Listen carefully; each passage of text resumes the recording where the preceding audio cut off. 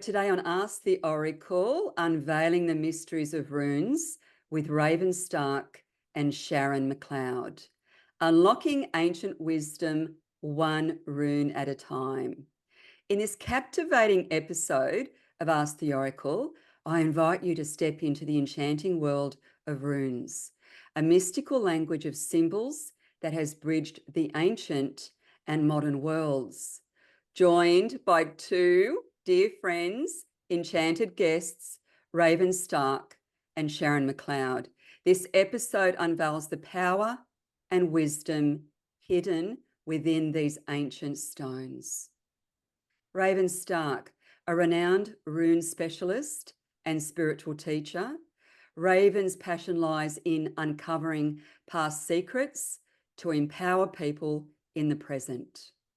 Sharon McLeod, a gifted artist and mystic, and my dear friend, Sharon weaves the essence of ancient wisdom into her breathtaking creations, helping others connect with the divine.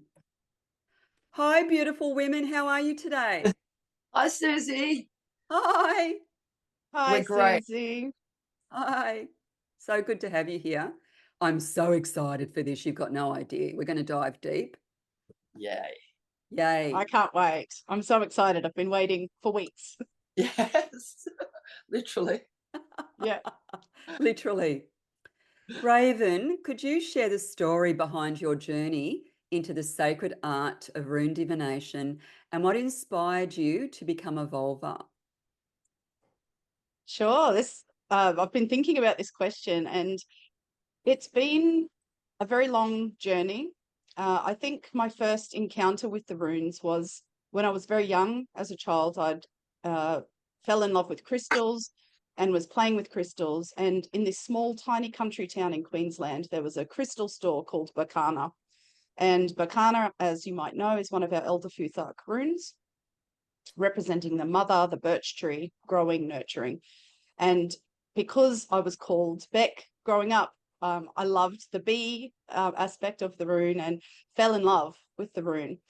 And it became an ongoing sort of symbol for me. And although there weren't many books around back then to look at or to get more information on, it kind of fell away for a little bit of time. So I was delving into tarot and crystal casting and other forms of divination, but the runes were always there, very persistent, particularly Bakana. I'd keep finding the business card popping up and drawing me back in to get back into the runes. So it took about 10 years, but I think in my early 20s is when I really started picking up the runes as a form of divination.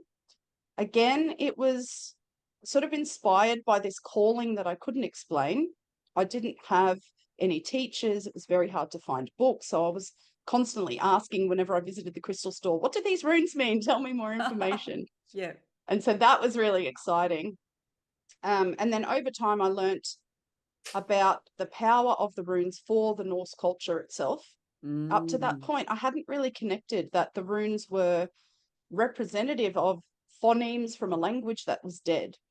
And so my passion for dead culture started. I wanted to be an archaeologist when I was 5. So I've sort of always had this deep love of the human past, the deep, deep human past. Yes. And so studying Norse mythology was really powerful to help me connect to that culture. And that then led me on the path through seiðr. And I didn't ever set out to become a Volva. That was never my intention. It was something a mentor gave to me and said, okay, you've been learning and learning and learning. The title for what the work that you've been learning is this. And I denied it and said, no, I don't think I'm ready for that. That's a big, I really hold that title quite strong, have a lot of respect and reverence for what that role means. Oh, beautiful. And it's only sort of been the last 5 years, I suppose, that I've been willing to accept and step into that. And I think because I hold it so sacredly, I did make that choice to do my 2 pagan pilgrimages to Scandinavia, once in the winter, once in the summer, to connect to the land, to connect to the vastly different landscape in Scandinavia. It's not the same as here. And it's quite difficult, I find, as an Australian woman, to connect to an ancient culture in a very far away land. So connecting to ancestral memory helped to remember the runes and what they meant back then, helped me to connect to my ancestors in order to do the work of a vulva and to learn how to heal, to learn how to see through very different eyes, to accept and to be vulnerable and open up to messages, which is very challenging in the beginning. And given that I have an academic brain, I would try and over-intellectualize everything and try to break it down into its science, and that doesn't serve you as a vulva. You need to feel it and just accept. So it's been quite a long journey, over 20 years, 24 years now, I think, of doing this work. And I really love the runes. I still use them every single day, not as physical runic beings, but in affirmations, in healing, when I'm doing readings for people. And then, of course, when I'm teaching, taking people through their runic journey. So it's a huge part of my life, and a very long journey, right from childhood right through now to, how old am I? 43. So a bit of a time. I love that reclaiming of the vulva. And when you said that you have reverence and respect, you know, and you've done the deep work to, you know, embrace that, I just got tingles listening to that, Raven. So beautiful. Sharon, your art is profoundly mystical and enchanting. Can you talk about the influence of nature, myth, and magic on your creative process, my love? Oh, yes. Hi. Yeah, a bit similar to Raven. It's been since I was a little girl, always believing in fairies and loving anything to do with mushrooms or cute things. But I always felt like I was too deep for everyone around and always looking for the meaningful. Like I was first a Christian, and then, you know, my family weren't, they were just pagans. But then on me trying to find some deeper guide, I wanted some ritual. So, but yeah, just always drawing the mystical. Just, I think my North Node's in Pisces, so I'm just like I just live what I create too. So I just looks like a mystical fairy cottage. Everything. I live art every day. So to me, art's a ritual. Like before I start, you know, I'll come in, I'll light my candles, I'll get in the vibe. I might do yoga before, but it's like a 2-hour ritual before I even get to the art. Then I'm lighting the candles, and then I'm in. Once I'm in. The muse arrives then, and then just flows through. Yeah, so a lot of the artwork in the Norse Oracle deck was channeled. Raven and I, we have a fun thing we love doing now, making up Oracle decks. We sit there for like days together writing the list, and then the drawings, the visions come in. So while we're working that together, it's just so easy, like with Raven telling me the stories and the pictures drop in, and some of this from my own Norse ancestry. Like I'm from the McLeod clan, so we're very connected to the Norse. So it was just such a joy to do all this. Like usually I'm drawing fairies and other things, but to get back to my ancestry with Raven was really powerful as well. So yeah, I think it all just melds in because the runes are to do with nature and all that anyway. So it was all part of what I'm already doing, but this time it was a bit deeper with my ancestry. So it was really a whole new opening world for me too, with Raven teaching, and amazing. Yeah. So beautiful. I love that kind of telepathic, kind of co-creative connection that you have with Raven. Yeah. And I absolutely love the Norse Goddess Rune Oracle deck. I actually have it here. And I'm enjoying every minute of it. Oh. It's so beautiful, and it has so much depth, and the symbolic language throughout it. You know, I love the red edging and the feel of the deck. It's just so magical and so beautiful. So congratulations to both of you. And thank you. Blue Angel Publishing adding all our little extras, because we asked for the red Raven specifically, didn't you? Raven asked for the red edge. Can you explain what the red Can you explain, Raven, what the red beautiful edging actually means? Because when I actually read this, I just got tingles. I just found it just so magical, and can you explain that? Yeah, absolutely. So one of the things that we see in Norse sagas is this act of blooding the runes. So there's a few examples where in Egil's saga, he is given a horn of ale or a drink, that he believes is poisoned. So he carved runes onto the horn, stabs his palm and smears blood over the horn. And the horn shatters, thus saving him from impending doom. And there's lots of examples where we see blood as a very powerful source of life for the Norse, and putting your blood onto things to empower them gives them an extra sense of Megin, which is that essence, that life force that flows through all things. And so by having the red to represent the blood was so important to me, because we can't physically put blood into the cards, which would have been incredible. Yeah, this sense of blooding them in a metaphysical space, of having a representation of the blood, and also to honor our bloodline. Sharon and I both having Norse ancestry, it was important for us to have that blooding component into that. And some people might look at that as dark magic or occultism, but it's really not. It's honoring what our Norse ancestors believed in, what we see in the source material in terms of the power of blood and putting your blood into divination tools. And often when we craft our own runes, we will put our blood onto them to activate them and to meld with them, because you're forming a kinship partnership with the runes. So this was our way of holding that blood energy, that deeper magical practice with the runes. And I'm just so grateful that Blue Angel respected that and could put that in for us. It means a lot. And it's also sort of bringing the ancestors forward with us. Yes. Yeah. Yeah. Yeah, I love that. So Sharon, I know that you explained your collaborative process with the Norse Goddess Rune Oracle deck. I'm wondering, Raven, if you could kind of, just share what that collaborative, co-creative, magical process with Sharon was like for you, my love. Yeah, absolutely. It was amazing. First of all, I've never worked on anything like this before. This was my very first Oracle deck. So grateful to Sharon for her guidance and her wisdom. But to co-create in the magical space of her home, and I know, Suzy, you know how beautiful this place is. It's just situated magical in the Gold Coast hinterland in a rainforest. Her home is filled with her art, but the house is alive.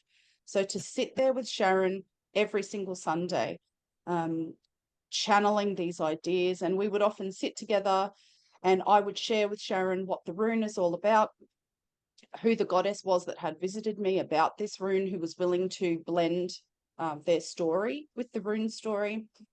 And as I would tell the story, Sharon would just have these ideas coming in. She was channeling the goddess, getting all of these messages. And so we'd sit with different ideas. Sometimes I'd draw a ridiculous stick figure and Sharon would create this magnificent artwork.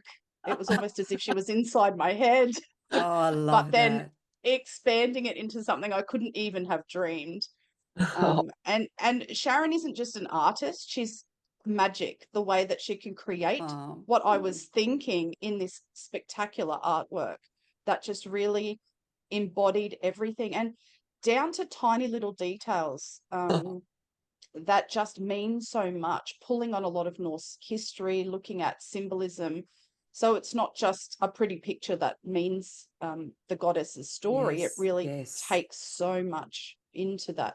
And the process was a really long time. We didn't just sit on one day. It was week after week after week after week, constantly. And we would get so inspired and we'd do little rituals throughout. And we'd have times where, you know, Sharon would show me the art and she'd go, oh, read me the story again. So then I'd read through the story that I had written.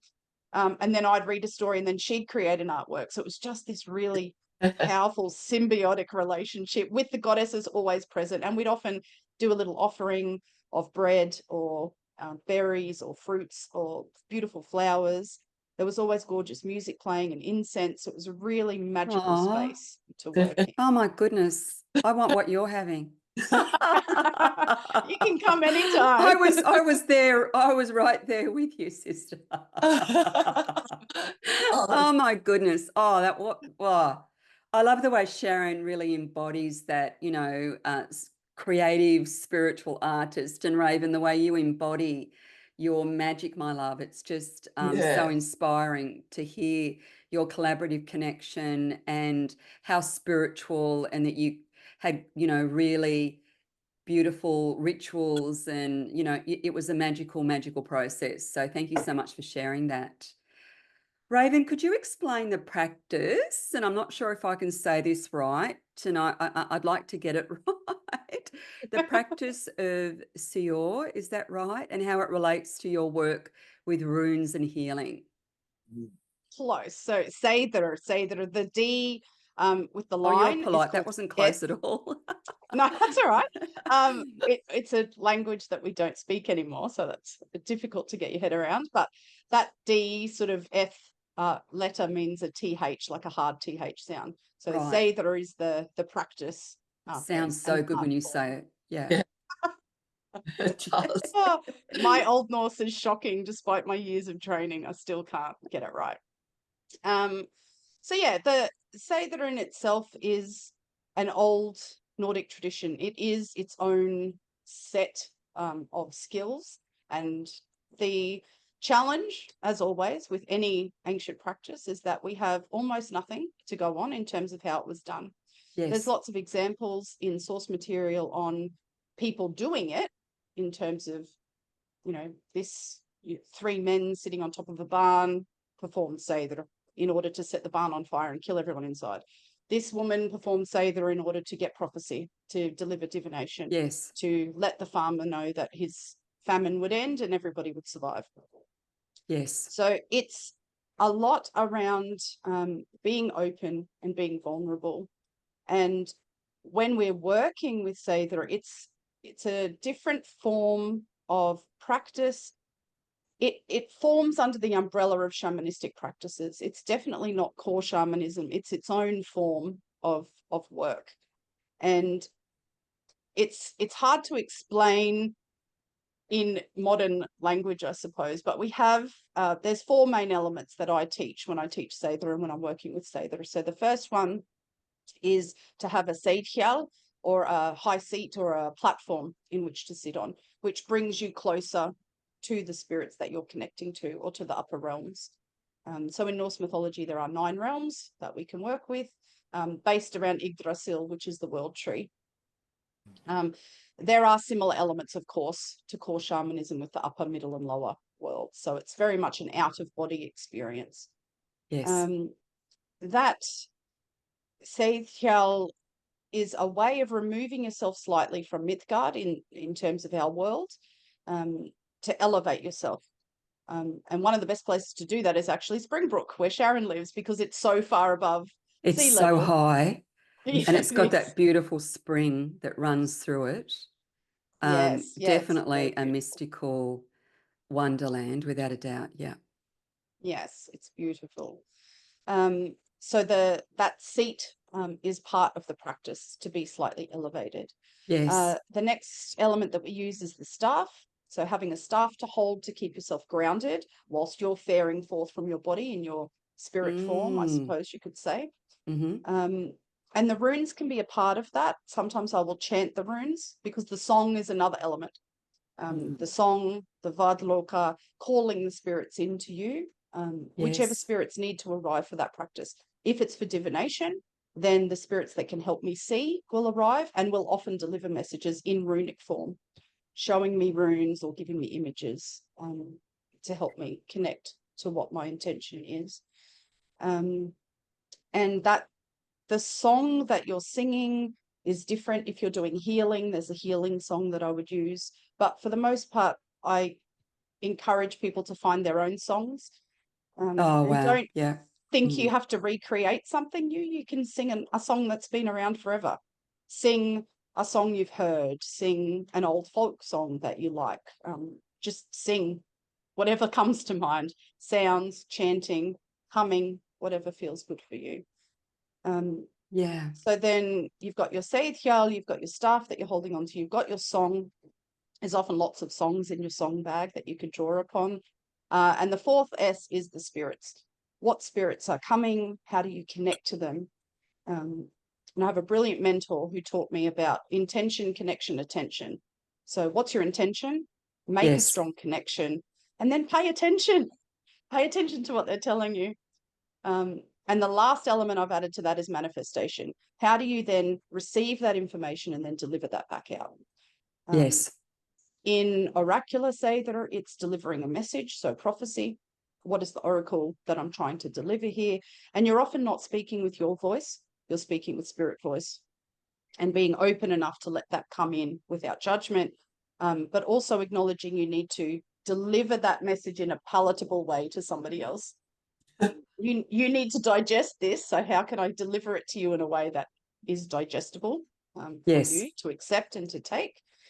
In healing, it's done a little bit differently because it's often faring forth to the land, to the person, whatever it is that needs healing, and calling on. I've got quite a few people in my spirit team who are healers, who will help me to work with the energies, to work with what's happening, to see the cause of dis-ease, and then to work through that. So it's done sort of in different ways, but they're the main elements of seiðr and how I use it. I tend, when I'm rune reading, I don't need to access seiðr as a practice. The runes will just speak the way that they normally would for anybody who could pick up the runes and work with them. But seiðr for healing is then very, very powerful. Wow. That was an incredibly wonderful answer. Easy to understand. Oh, good. For a practice that has so many layers and so much depth, you explained that in a way that the listeners are really going to get. So, and yeah, fabulous. Loved it. And I just want to say I've been on the receiving end of some of Raven's. Oh, have you, Sharon? Yeah. And my daughter were both out. We were sick. I can't remember why, and Raven came to work and we could get up off the couch. It was unbelievable. And she also healed Lily on another deeper issue, but she's done a few bits of healing on me over the years, a few times. It's just been incredible. I love that healing aspect. Instant feeling, like instant. Yeah. Yeah, so powerful. So powerful. It's a powerful practice. Yeah. Even when Raven was explaining it, like I just kind of sensed the potency behind it, you know, like so good. Now let's just do a bit of a pivot.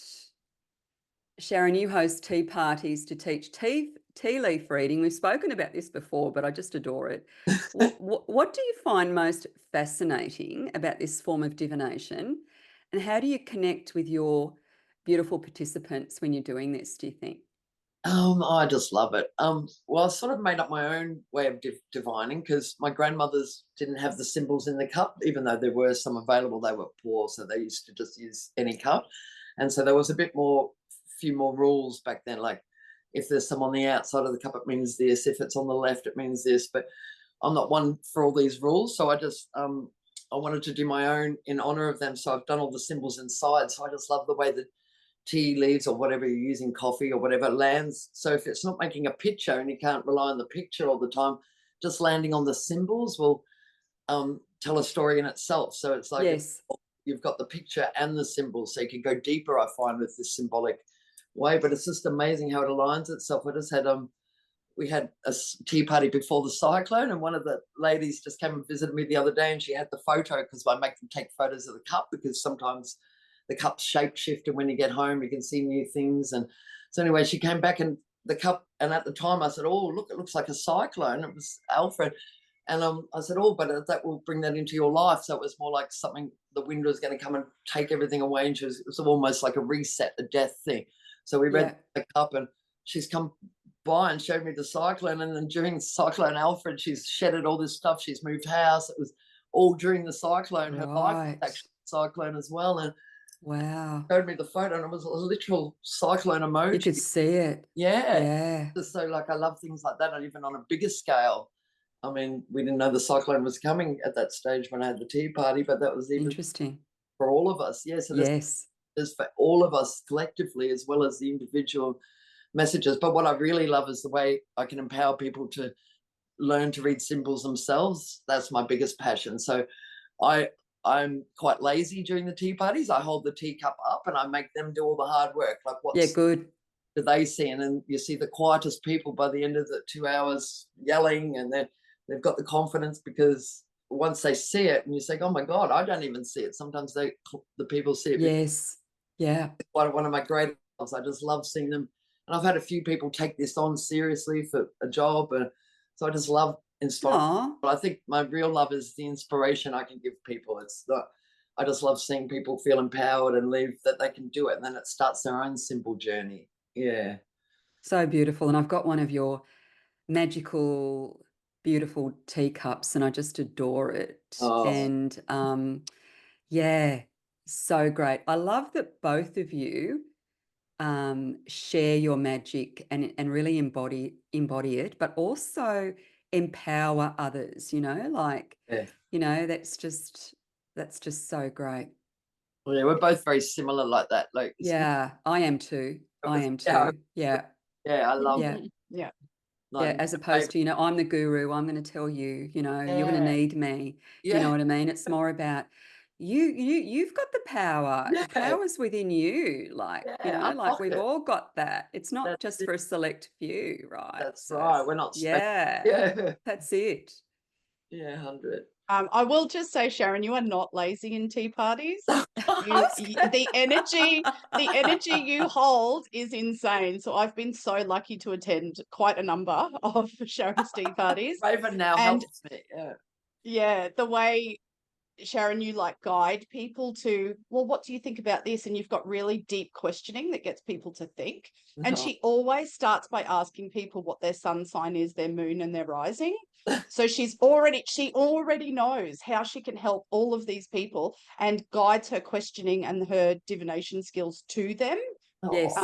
Which is amazing. But then she's also got her divination symbols book that she gives them as a gift. So if they don't know what different astrological symbols are or what different symbols mean, they can refer to the book. So she gives them so much support to really become. And by the end, they all walk out of there tasseography masters. They all know exactly what they're doing, and that everybody feels so empowered. So you're certainly not lazy, my love. You do so much. You're fun.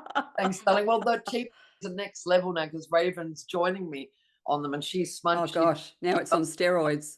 It's like next level, and it's just so much It's fun like- with Raven, and yeah, we have so much fun together. So she's now part of the tea parties, and she's she welcomes the elements for us and holds space for me during it, and helps pour the tea and boils the kettle. And yeah, I'm where do I sign? I'm there. come to one, bring your cup. We'll make you a guest of honor. Oh, that's a must. That's on the wish list. Yeah. So Raven, as a mentor in Norse mythology and spirituality, what advice would you give someone just beginning their journey into this ancient wisdom? What would be the first step, do you think? My very first step would be read everything you can find. Read, question everything. I can't stress that enough. And my next piece of advice would be find a mentor. And I'm not saying that for self-promotion, but I can't stress how important it is to have Although somebody you'd be a great to mentor. Oh, thank you. Yes. But have somebody to share questions with. I Yes. felt very isolated in my journey. So I came at it from two ways. I had a spiritual mentor, and then I had academia, university studies as my secondary. And if I had somebody who could have blended both of those, I would have been on my best path. So I say to people, read everything that you can, but then feel into what that feels like. Be conscious of your own spirituality, be aware of who you are, and be aware that for some people, and I use Norse mythology as a broad term because religion doesn't fit. But the mythology is the academic side. This is the stories that we have written down by Christian people in Scandinavia who were looking backwards. We do not have an account of anybody from the Bronze Age writing something down saying this is what I believed in. Yeah. We have ethnographic accounts of people looking in and making judgments. We have people looking backwards going, okay, 200 years ago, we thought this might have been the case. A lot passed down in poetry, which we know poetry often holds an ancestral Thank goodness realities. for poetry. Yeah. Thank goodness for the arts. Poetry, stories, songs. Yeah. Yes, absolutely. So all of that helps to become a starting place for people. What I challenge people to do when they're first stepping onto this path is to come up or to dig deep enough into yourself to understand why. Where does this Yes. interest come from? What are you hoping to achieve? If you're looking at the Norse mythology because you watched a Marvel movie and you love Thor, brilliant. Welcome, welcome, welcome, welcome. Now learn his story. Yes. We wished he looked like that in Norse mythology, but look backwards, look deep and see what you can Yes. find, and then find a mentor that you can ask questions to, that you could share information with. And the spirituality side is challenging for some people because you almost have to throw out and unlearn everything you've learnt in order to relearn a new way of being, a new way of knowing in the world. And so that can be very challenging for some people. But I think in modern spiritual practice, we're getting better at recognizing the different aspects of the self. Yes. Norse spirituality is very much hinged on you are you, but you are made up of so many parts. It's not just your head and your heart. It's not just a body and soul. There are so many parts of you. Some parts walk outside of your physical body. So how do you connect to all of that? And so if you're going to start on this path, really understand why you're wanting to do this, what you hope to achieve, read everything you can, and then find somebody to help guide you. And you'll find that it's probably the most rewarding thing you could ever do in your life. Wonderful advice. What a great place to start. Mm. Sharon, what's the most rewarding aspect of running the House of Fortuna, and what can visitors expect when they enter your magical, wonderful world, my love? Oh, well, it's just a tiny little shop, and we're only open every Sunday, and we've got Raven reading the runes in my gypsy wagon, so she's there every Sunday reading our Norse mythology runes, the goddess deck, and I'm more in the shop, so it's all about my art is the main the starring role in the shop, but then I've got all little extra things that I love, like curios that I find in different places, or crystals, and anything I love is in that shop. So I don't have anything I don't love, and also unusual things that people have made, but it's more about my art because it's such a tiny space, so I don't have a lot of room for everyone. But if something really unusual takes that I want inside my house, and I'll have it there. And I've also got some oracle decks. I've got yours, Suzy, and all the oracle decks I love. I don't just have anything, so it's like everything that I love is in that shop, and I love that. Everything that resonates deep in your soul. It has to be that's what I have to have in my house. If there's anything that makes you feel slightly off or anything, get rid of it. Like, it's just all about purity and beauty, and anything that I find beautiful, which is so many things, luckily. But so I just love it. It's more for when I have workshops here. So that's like, I found that I needed a little space. People after a workshop wanted to buy art, or they wanted something to remember, or an oracle deck. So my partner basically built in our veranda and made it into such a magical place where people would come down the driveway. If you could brave enough to come down that driveway after the cyclone, we've had 3 trees drop, so it's a lot lighter now, but it looked like a dark, ominous driveway. But then when you reach the bottom, it's all light and la la. Yeah, that's right. You just brave it down that driveway. It's like another world, fairies, and it's just beautiful. Yes, and I've been down that driveway. Yes. Yeah, so good. And I know that you've got a brand new beautiful website and a 20% off sale to celebrate at the moment. Is that correct? Yes. Well, that's amazing. My beautiful friend who I walk with, I didn't know that he secretly did websites for 5 years. We've been walking as fitness partners, and then my partner said, let's just do the Shopify website. We started it and then couldn't get through it because it was too hard technically. So my friend Andrew's just come and done the whole lot. It's the most magical thing ever. It's got all my oracle art finally all in one place, because I'm all in folders and boxes, and just have Facebook sales, but I feel more professional. It's all, you can look through and see every oracle art of all the originals are up for sale at really good prices, because they were sitting in a box, and I thought, well, they may as well reach homes now. So as a celebration, I'm having a 20% off sale for any. So good. I have to say, I was down in Melbourne recently, and I walked past the spell box shop and had to go in, but the whole window was Raven and Sharon on show. We love and I had some friends Sharon. I had some friends with me, and I was so freaking excited. I had to take some photos and go, Oh, I love that you sent that to me. I love that. Yeah, because I don't know what people are doing in Melbourne, but Spellbox are a great supporter for Raven. Anytime we want to do a workshop, I just email them and say, I've got one thinking, and they'll, how about you should do a workshop there too, Suzy? Danny's amazing, and she's really Yes. expanding all the workshops there with Yeah. Aldrin, and Love she's it. been one of my biggest supporters for many years. They're just, I So great. love that. And my daughter Freya works there as well. Oh, wow. Well, Yeah. that's so good. I Yeah. love that. So great.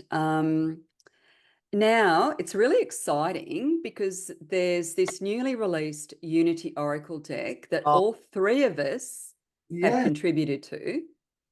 I got Along with, mine. yeah,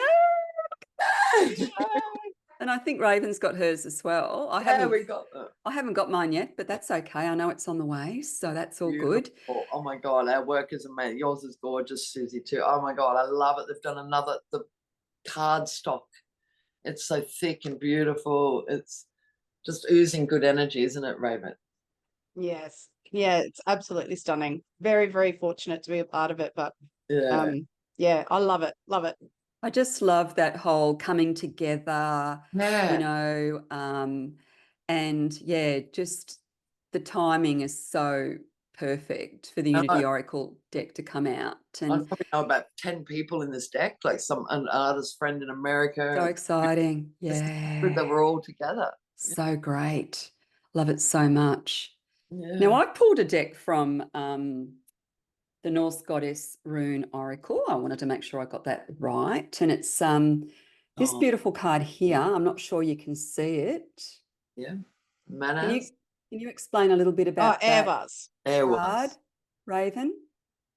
Yeah, so Eva's, our representation was Gna and her horse, Vapnir, and she is one of Frigg's handmaidens. So Frigg is like the all-mother goddess in Norse mythology.